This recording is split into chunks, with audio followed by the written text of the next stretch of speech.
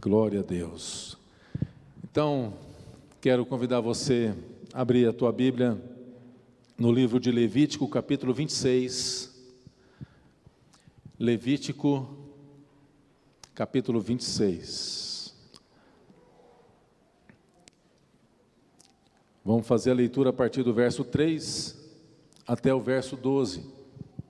A palavra de Deus nos diz: se andardes nos meus estatutos e guardardes os meus mandamentos e os cumprirdes, então eu vos darei as vossas chuvas a seu tempo, e a terra dará a sua messe, e a árvore do campo o seu fruto.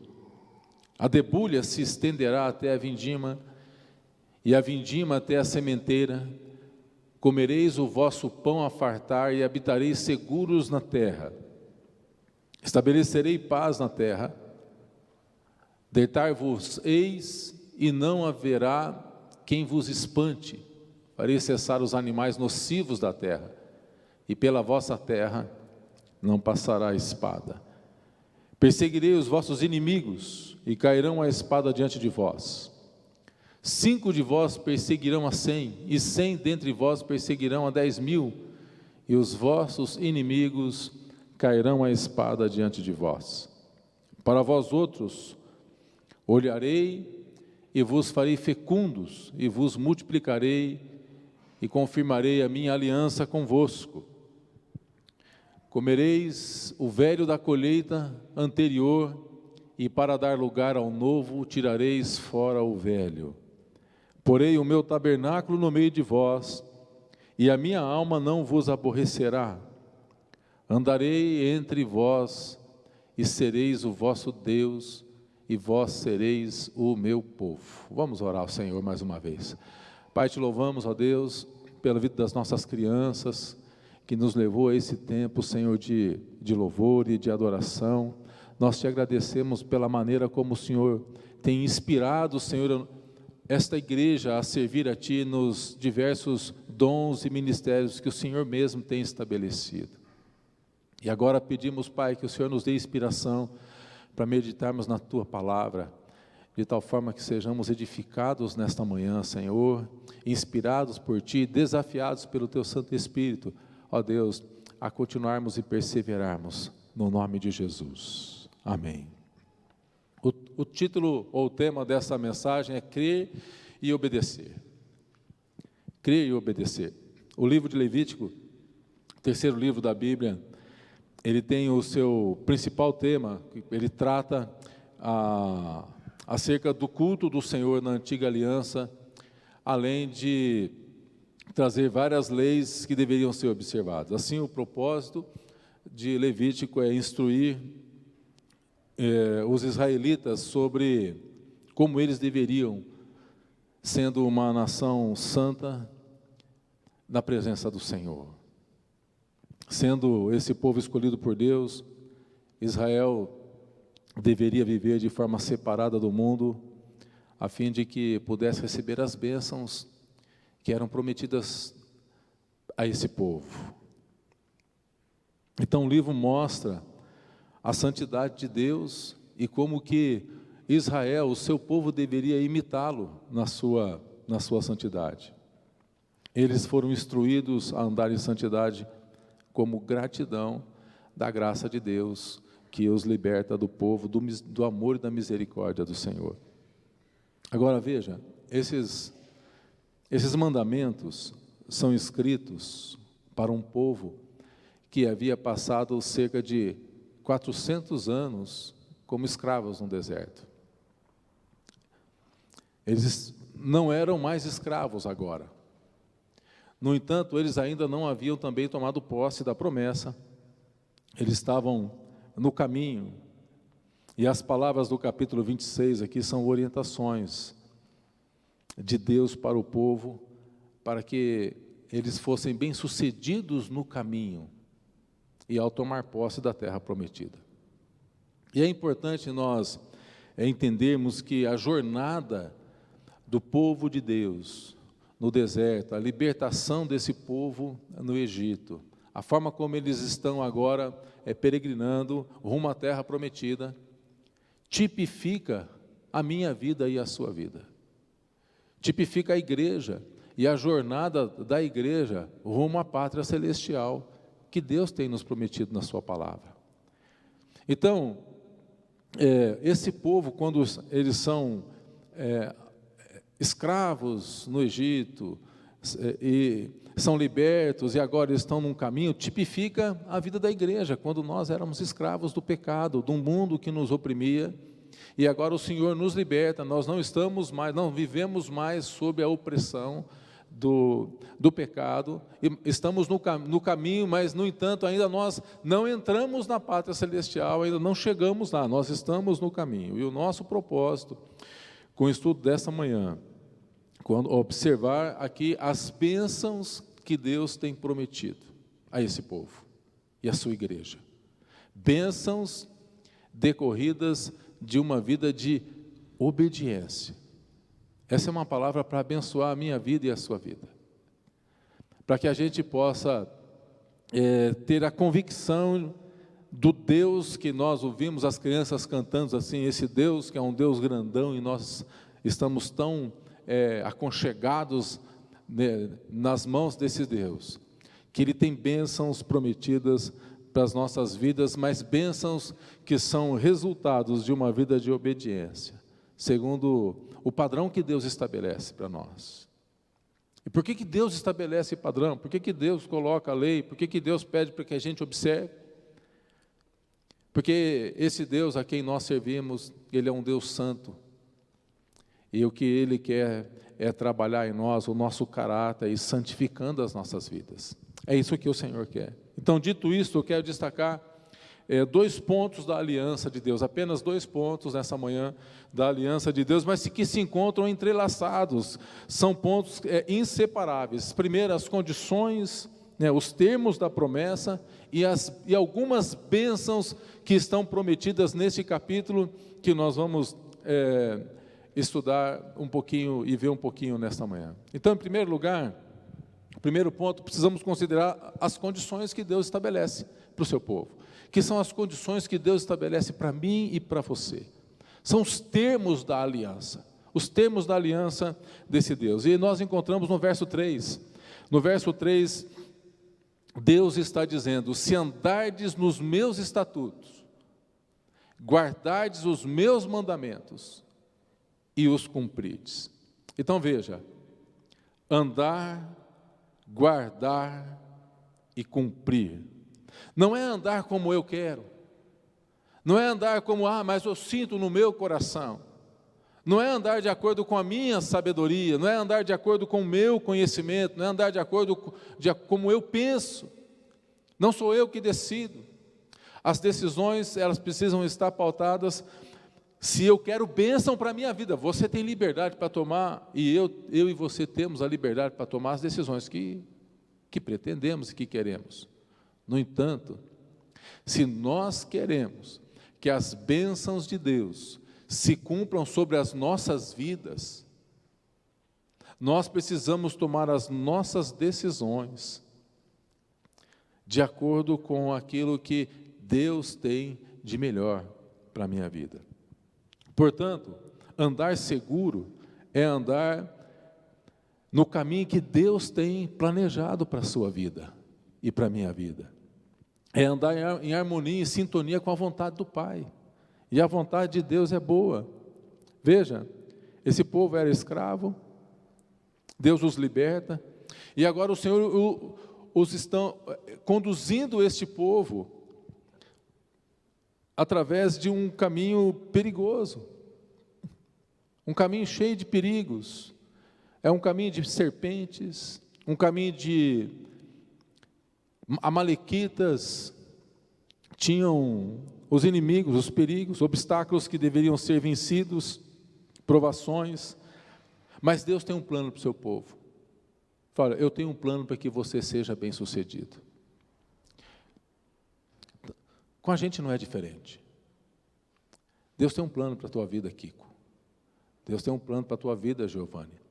Deus tem um caminho que Ele tem traçado para você e para mim, E nós recebemos uma promessa de Deus, e precisamos marchar em cima da promessa do Senhor, se quisermos vencer as provações, e sermos bem-sucedidos, e enxergarmos do outro lado do arco-íris, se é que assim podemos dizer, que é uma marca que Deus deixou no céu, é um símbolo nosso, viu? É uma marca da aliança de Deus, de graça do Senhor. Você já parou para considerar nos planos e nos projetos que Deus tem para a sua vida? Jeremias 29, quando o povo achava que tudo estava perdido, quando esse povo já estava na Babilônia, escravizado novamente, Deus manda dizer: eu que é que sei quais são os pensamentos que tenho a respeito de vocês. Pensamentos de paz e não de mal. A disciplina de Deus vem, e um pai que ama o seu filho disciplina, porque quer o melhor para o seu filho. Em Isaías capítulo 55, verso 9 diz: porque assim como os céus são mais altos do que a terra, assim os meus caminhos são mais altos do que os vossos caminhos, e os meus pensamentos mais altos do que os vossos pensamentos. Precisamos considerar nos planos que Deus tem para as nossas vidas, se nós queremos e se nós desejamos as bênçãos de Deus. Esse povo tinha uma liderança, eles tinham Moisés, eles tinham Arão, eles tinham Josué, eles tinham um povo forte, um povo que enfrentou e que passou por todas as lutas que se levantaram ali no Egito, com sinais, com maravilhas, com prodígios, com milagres, com o mar se abrindo, essa liderança à frente do povo. Mas até quando que essa liderança estaria presente? Então Deus dá estatutos, mandamentos, para que o povo mesmo pudesse experimentar a bênção de Deus sendo derramado sobre as suas vidas. E Deus quer que você e eu experimentemos os milagres dele nas nossas vidas. Então, pensando nisso, Deus deixa escrito ao povo como que eles deveriam se comportar na caminhada para que fossem bem-sucedidos. Então ele diz: se andar e guardardes os meus mandamentos. O termo hebraico para guardar é vigiar, observar, prestar atenção.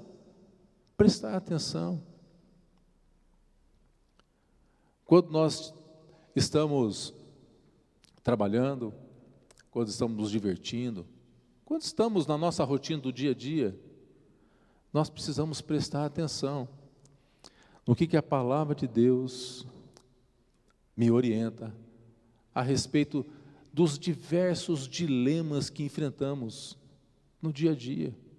Parece que a vida é tão simples, mas ela é muito complexa também, porque tudo chama por nós.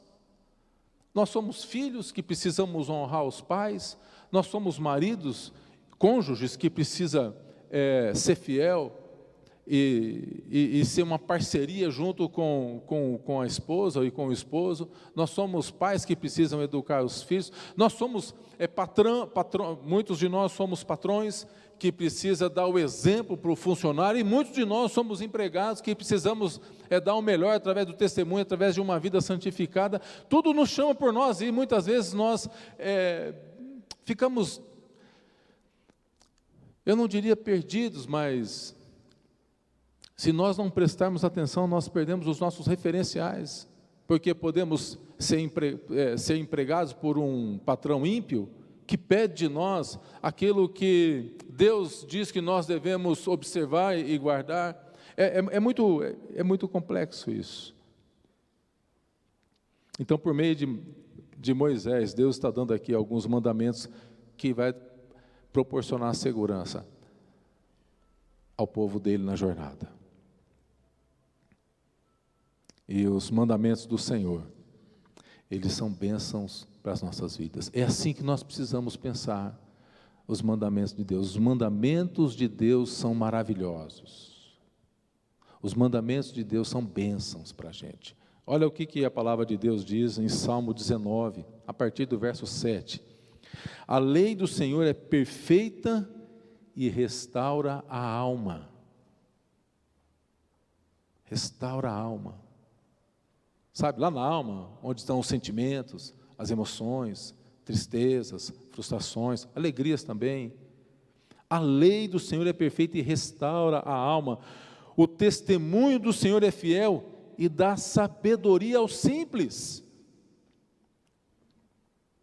Verso 8, os preceitos do Senhor são retos e alegram o coração.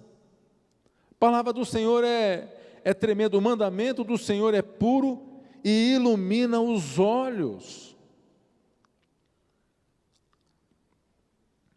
Portanto, os mandamentos do Senhor só fazem bem aos seus filhos e filhas, aos seus servos.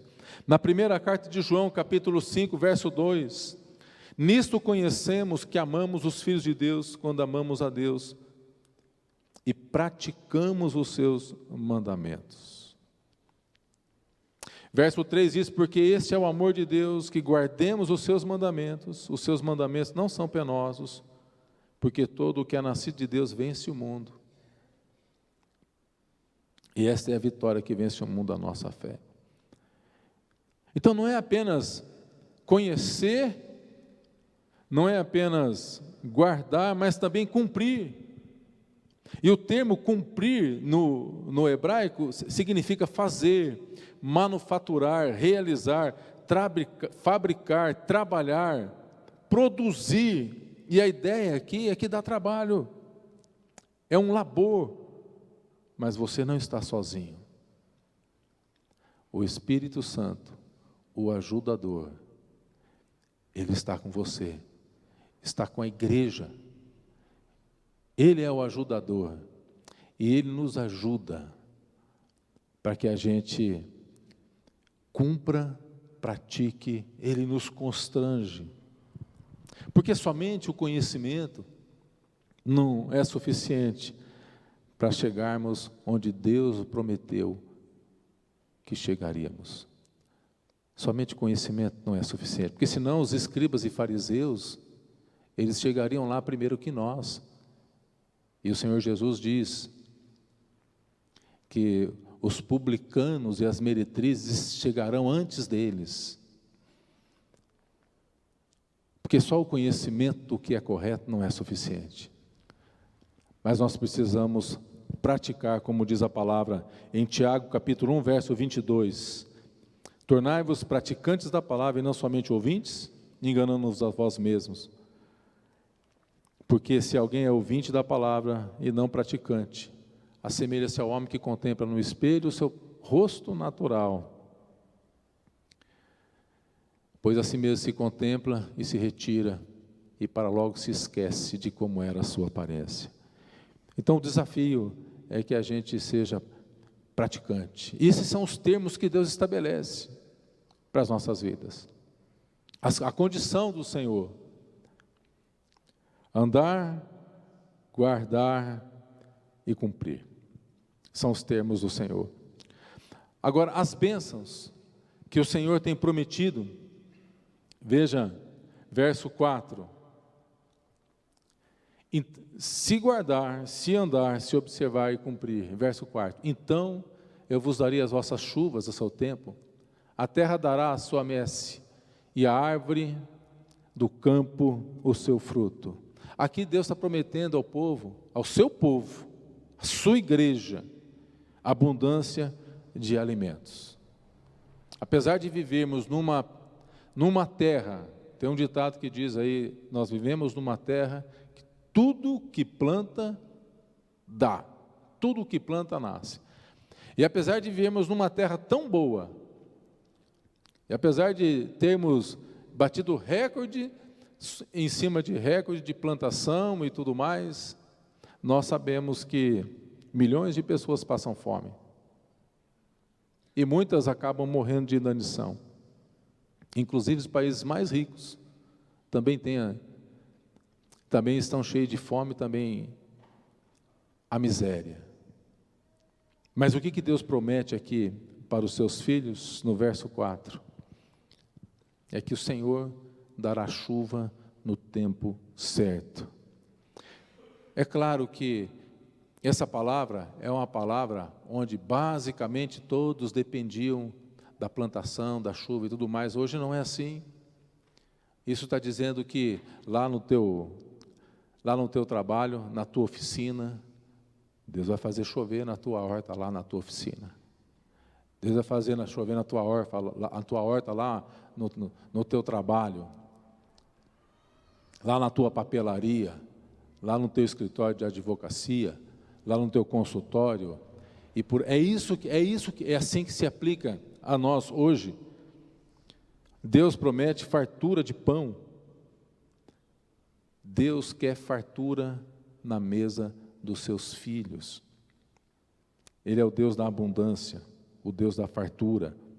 Na vida do crente, tudo, essa é a promessa, tudo que colocar a mão será bem sucedido, será abençoado. É Deus que promete assim. Deuteronômio capítulo 28, 8 a 9, que já é uma releitura de Levítico 26, diz: o Senhor determinará. Não é você que determina, nem eu que determino, não. Nós determinamos quando observamos, mas aí se nós observamos e Deus percebe, Ele determinará que a bênção esteja nos teus celeiros, e tudo que colocares a mão te abençoará na terra que o Senhor Deus te deu. Exemplo disso, nós temos vários na Bíblia. Temos vários. Jó era um homem riquíssimo, próspero, homem temente a Deus, que observava aquilo que... José, apesar de vendido, ter sofrido, mas tudo que ele colocava a mão, seja na casa de Potifar, e depois preso injustamente, a serviço do carcereiro, era um homem próspero, um homem abençoado. Daniel, quando o povo estava... Eu estou dizendo aqui vários contextos, porque pode ser que, eu estou bem, ou eu estou passando por uma situação que você não sabe, pastor, mas você não está passando na pele, com certeza você não deve estar na pele de José, e nem na pele de Daniel. Foram um povo que foi escravizado de novo, mas quando Daniel é levantado, onde ele coloca a mão, e podíamos citar Jacó, quando ele é Jacó, quando ele foge, foragido, porque o irmão queria matá-lo. Porque Deus tem uma aliança, e Deus vela pela sua aliança para cumprir. O que Ele pede de nós? Andar pela fé, observar pela fé, decidir com base no que o Senhor diz que eu preciso tomar as minhas decisões. Veja, verso 7, versos 6, 7 e 8, falam de promessa de segurança. Deus diz: eu vou estabelecer paz na terra. O mundo pode estar em guerra, mas a tua casa vai ter paz. No final do verso 6 diz: pela vossa terra não vai passar a espada, 5 de vocês vão perseguir 100. Hoje sofremos com essa síndrome da insegurança. Tememos a violência, os assaltos, o mal que muitas vezes nos rodeia. Alguém já disse que os ladrões, os criminosos andam soltos, enquanto o povo é obrigado a viver trancado, preso, sem poder sair dentro das suas casas por causa do medo. Mas aqui é a promessa, Deus está prometendo coisa tremenda aqui. Ele diz: estabelecerei paz na terra, então dormiremos tranquilos, sem medo, sem susto, sem espanto. Ele diz que vai repreender os animais nocivos, guerras cessarão, promessas de Deus para a sua vida, para a minha vida, promessa na obediência. Então, se você está obedecendo, tome posse dessas promessas para a sua vida. Ore segundo o que a palavra de Deus diz. E o desafio é que haja em nós o propósito de obedecermos o Senhor, para alcançarmos as suas bênçãos, para que Ele possa derramar a sua bênção em nós. Olha o que diz o verso 11 e 12, já no finalzinho da nossa meditação. Ele diz: porém, o meu tabernáculo no meio de vós, e a minha alma não vos aborrecerá. Verso 12: andarei entre vós, e serei o vosso Deus, e vós sereis o meu povo. Portanto, que Deus nos capacite a vivermos isso. Aqui Ele está dizendo que Ele colocará porém o meu tabernáculo no meio de vós. Isso significa a presença de Deus. O tabernáculo fala da presença de Deus, que Ele irá colocar no meio do seu povo. Isso significa que a presença de Deus estará junto com o povo. Hoje, mas nem é o tabernáculo, é o Espírito, é o próprio Espírito de Deus. Jesus Cristo diz: eis que estarei convosco todos os dias, até a consumação do século. É o Espírito Santo que está em nós e que habita em nós. É nós que carregamos e que levamos. A presença de Deus, ela era carregada no tabernáculo, tinha todo um ritual para que pudesse carregar ali a arca da aliança, e o tabernáculo era onde era depositada a arca. Hoje nós levamos a presença de Deus para o trabalho. Você já pensou nisso? Que quando você vai jogar bola, você leva a presença de Deus? E quando você está jogando bola e falando para o teu companheiro: ó, toca a bola aqui, o seu abençoado, você está lembrando que a presença de Deus está junto com você ali? Nós levamos a presença. E as pessoas precisam notar a presença de Deus na minha vida e na sua vida. As pessoas precisam olhar para nós e perceber que há esperança no meio desse mundo tão hostil, no meio desse mundo tão injusto, que há esperança para os filhos de Deus, para os servos de Deus. Gênesis 28:15: eis que estou contigo, e te guardarei por onde quer que fores, e te farei voltar a esta terra, porque te não desampararei, até cumprir eu aquilo que te hei referido. Gente, será que quando a gente lê isso, a gente pensa que isso é uma promessa só para Abraão, só para Jacó, só para aqueles homens? Não, essa é promessa para a tua vida. Nós precisamos aprender a particularizar essa palavra. Deus está dizendo que vai ser comigo, por onde quer que eu for, Ele vai me trazer, Ele não vai me desamparar. É palavra de Deus. Olha o que Deus diz em Josué 1:9. Deus está dizendo: não te mandei eu, ser forte e corajoso, não temas, nem te espantes, porque o Senhor teu Deus é contigo, por onde quer que andares. Sabe, quando vem notícia ruim, o Senhor é comigo, Ele é com você. Salmo 23:4, é o Salmo de Davi, tão conhecido: ainda que eu ande pelo vale da sombra da morte, não temerei mal nenhum, porque tu estás comigo. O teu bordão e o teu cajado me consolam. São situações diferentes em que Deus promete que estará conosco. Ele está conosco na alegria, mas está conosco em todas as condições. Então veja, hoje não é mais um tabernáculo de Deus no meio do povo, mas o próprio Cristo presente em nossas vidas. E por quê?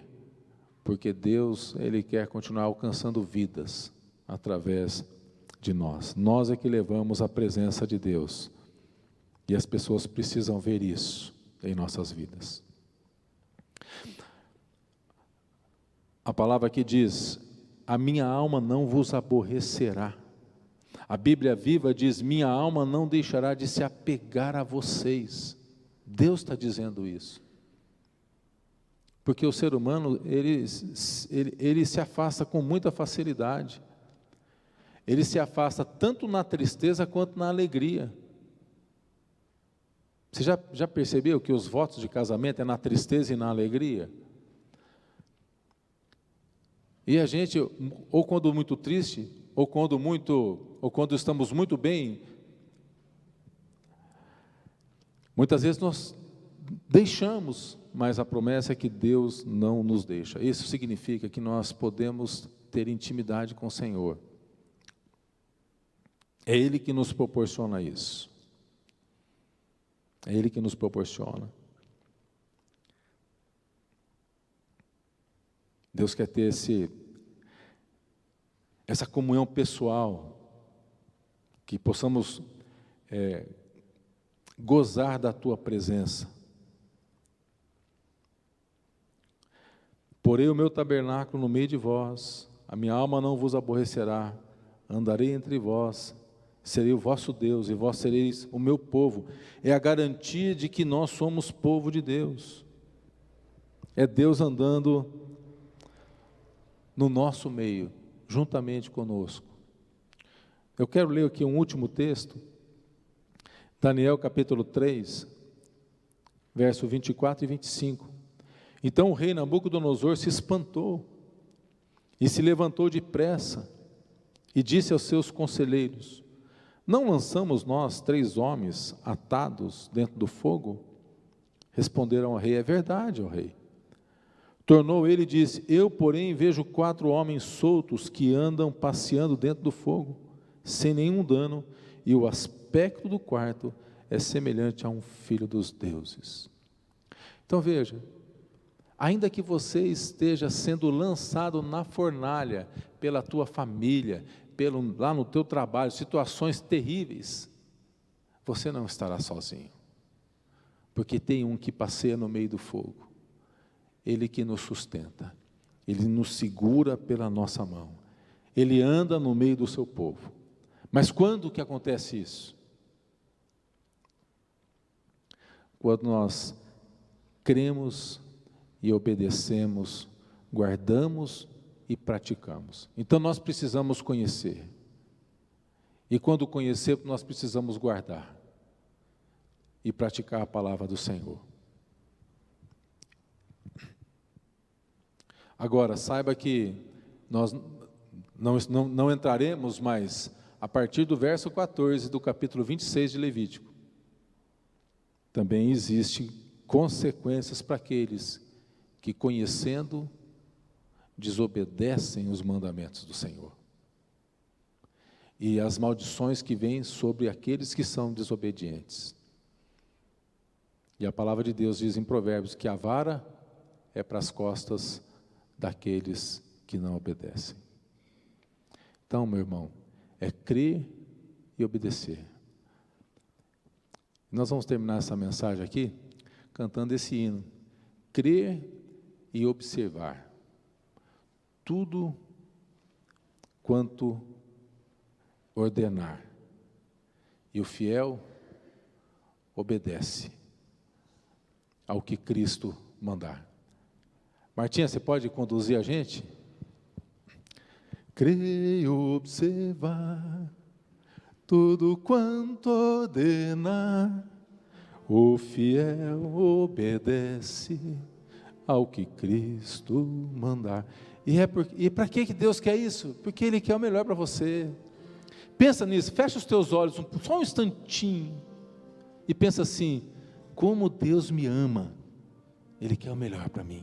Aleluia, glória a Deus. Abençoa o teu povo, Senhor, nesta manhã. Pelo teu Santo Espírito nos constranja, Senhor, a obedecermos os teus mandamentos, para que a gente possa, Senhor, experimentar todas essas bênçãos que o Senhor tem prometido, e que possamos levar a tua presença abençoadora por onde quer que formos, em nome de Jesus, amém. Obrigada, pastor. Vamos nos colocar em pé, irmãos e irmãs, cantando na certeza que o Senhor está ouvindo a nossa petição.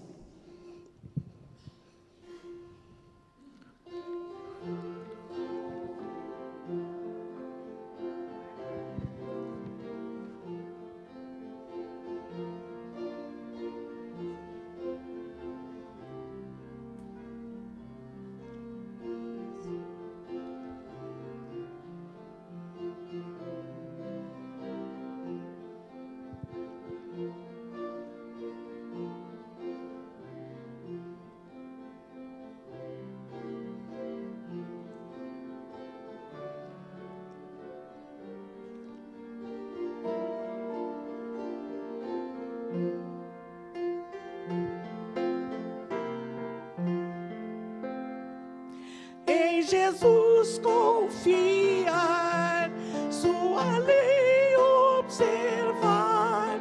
Oh, que gozo, que bênção, que paz. Satisfeito guardar tudo quanto ordenar, alegria